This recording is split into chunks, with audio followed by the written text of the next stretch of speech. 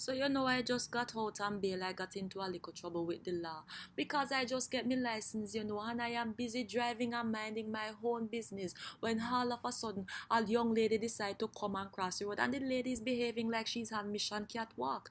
So I am blowing my vehicle and asking the lady to hurry up and come, blowing my hand and asking the lady to hurry up and come out of the way. And the lady turn around and tell me two bad word.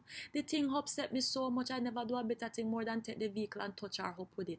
Nothing to do any major damage, but just enough for her to understand herself that she's just flesh and bone and she cannot be going toe to toe with whole metal. You understand? You cannot hold like a vehicle. You're just a human being.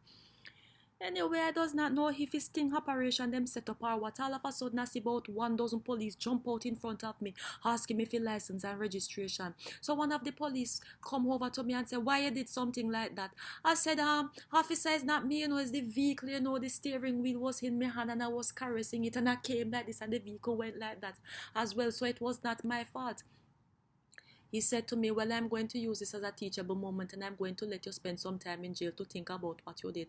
I said, then I'm going to be able to get a phone call. He says, yes, you can. I said, then I would like to call my rich uncle up by Cherry Gardens because he got some Benz up there, you understand? So I would like to just come down here and to just lick this woman all over again and we can just pretend as if this Nissan situation did not occur.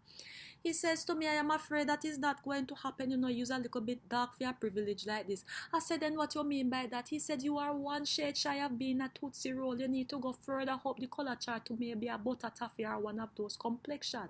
He says, look at you here. I said, what is wrong with me here, sir? It's 4C. He says, C is never a good letter, Sister Passion. You need to go up to A. Maybe 4A could work out with you. 3A.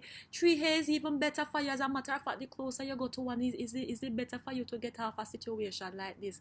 As a matter of fact, the more I'm looking at you, is the more I'm realizing that things is wrong with you. Look at the width of your nose bridge and your nose hole. It is a few centimeters half. He says, I'm not wasting any more time with you, I look at your outfit. You have a personal relationship with the Lord.